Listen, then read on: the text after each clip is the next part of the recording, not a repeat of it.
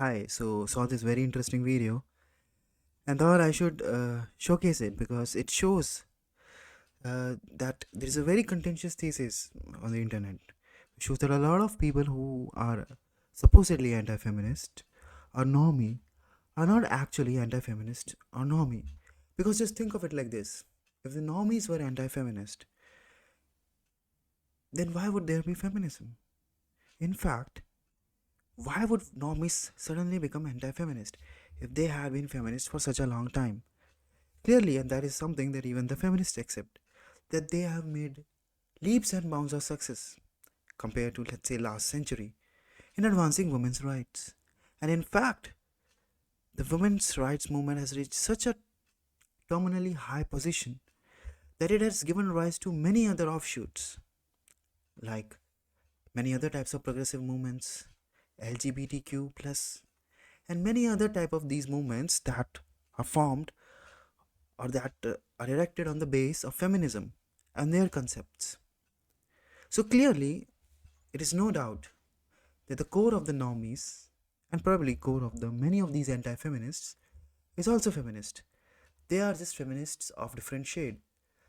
This is also true of conservatives, as it is often said. And this video is a perfect example that proves it.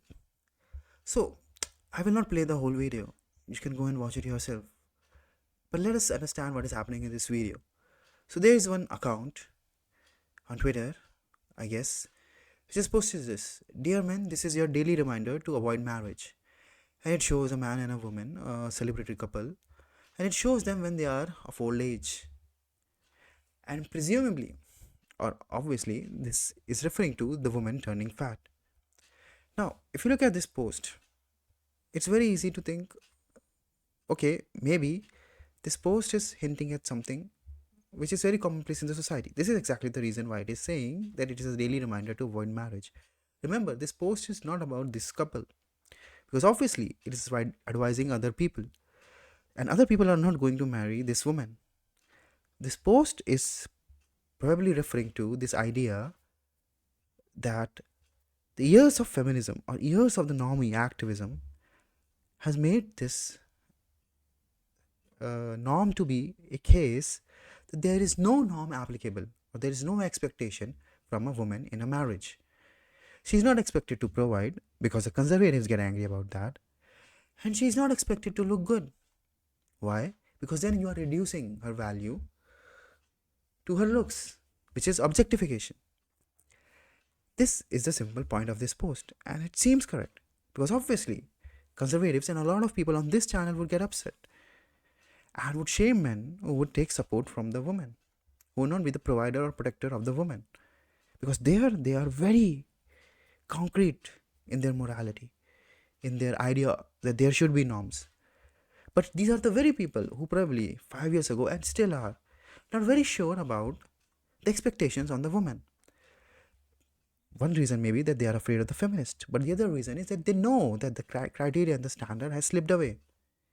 You cannot form or you cannot say with the same confidence that you say that men should be the protector and provider. You cannot say with the same confidence in front of the group of people that women should be expected to do X or Y, obey their husbands or anything. And this is what the post is hinting at. In a normal scenario, you would agree with this post. Or if you don't agree, you would counter it. But nothing like that happens. If you look at this video, what Sargon does is he says this woman is front loaded, which is generally what the comment section says as well.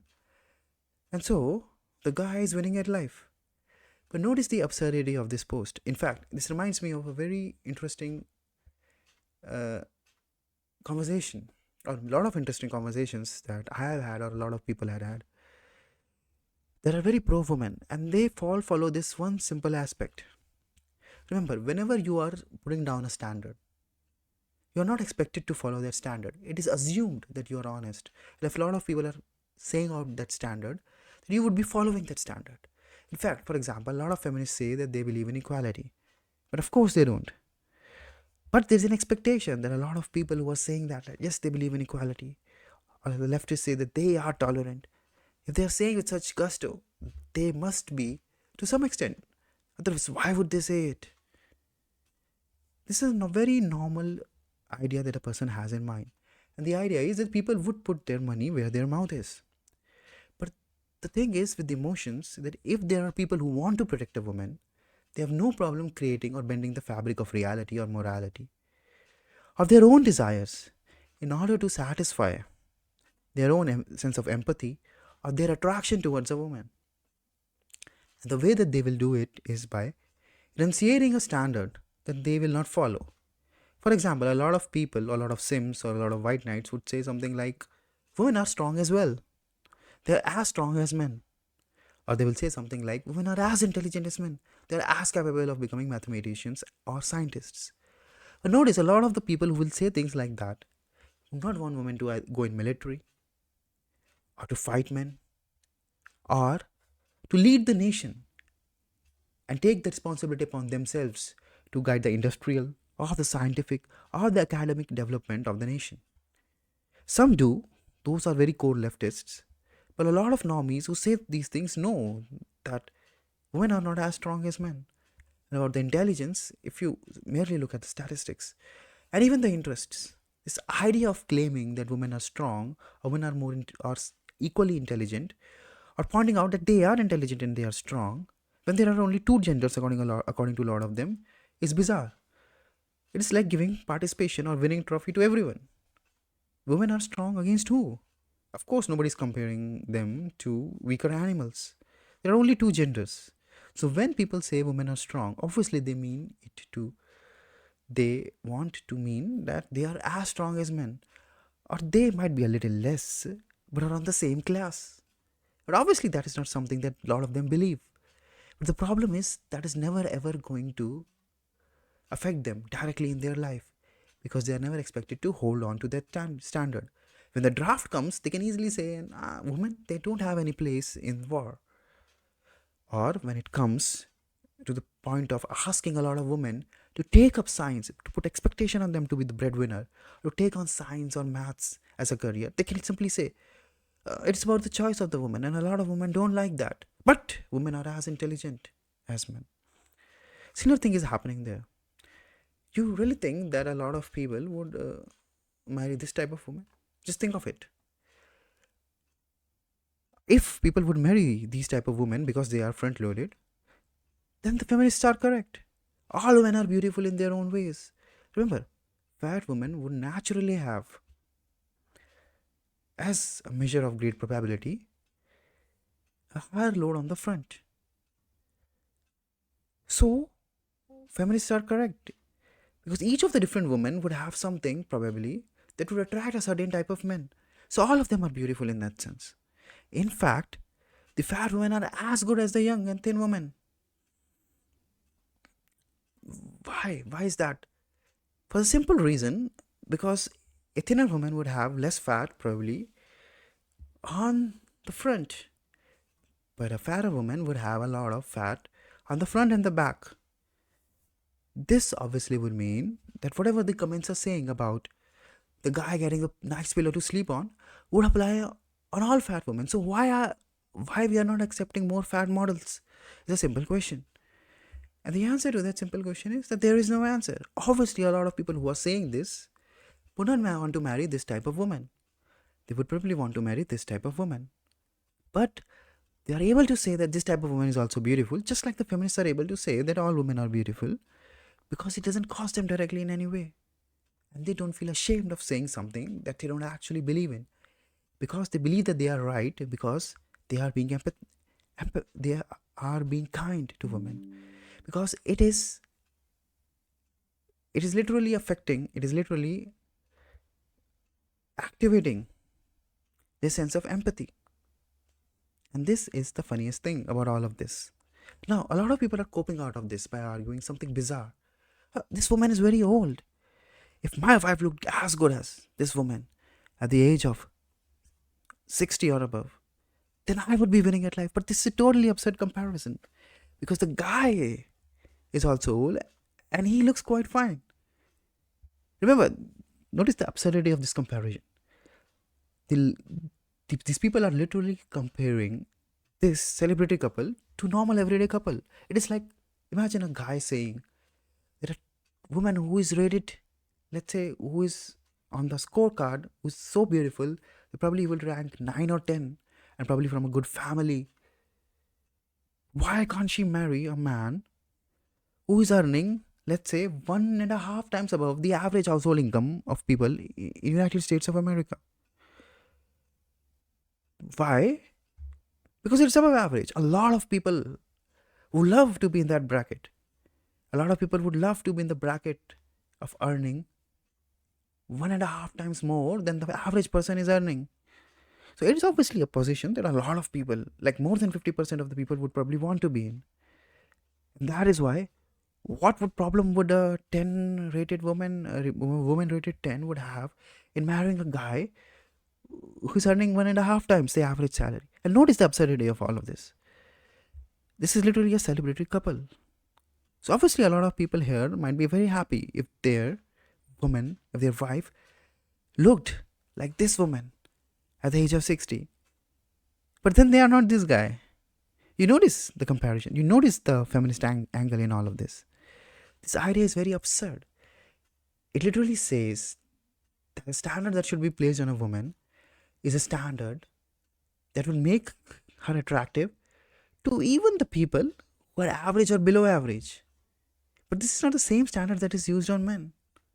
The standard that is used on men is that they have to be top of their game to attract top women.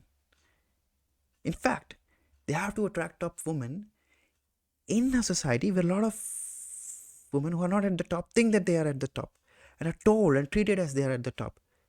Because all women are beautiful, women are angelic, they can never be wrong. So notice the difference in the standard. They are literally saying that a man who looks very good in his old age, who is married to another woman, is not, is still winning by just merely this example. Because a lot of people who are average or below average would want to have a wife of which is equivalent to the wife of a celebrity couple. How does that even make sense? This is the whole point of being a distinction or a grading system in regards to marriages or dating. Of course, if this standard is applied, imagine, just think of it, this standard is applied, it means that a woman who is rated 3 or 4, because still remember, if we have an equivalent standard, a woman rated 4 would at least be wanted by 30% of the men. So if you say it like that, it seems that the woman who is rated 4 is also an epitome or standard of beauty, because 30% of men would want to be with her. This is of course totally absurd.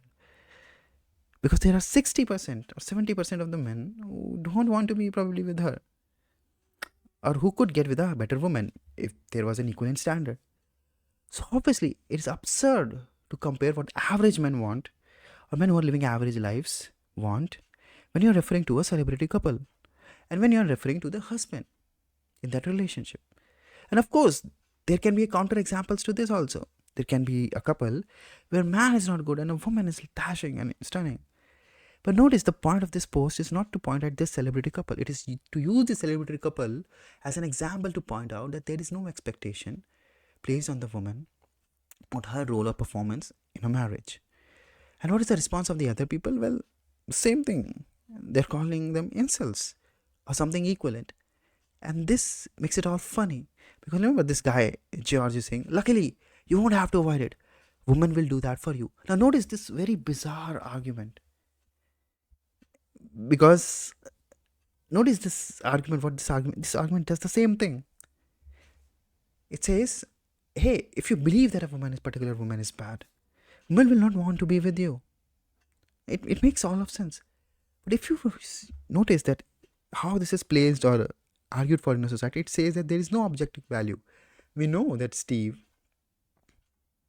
is not a great person to marry to, because women will want to avoid him. But if that is true, then the reverse is also true. If there's a woman that a lot of men would want to avoid marrying to, then such a woman is a bad woman. Such a woman is not a valuable woman from that perspective.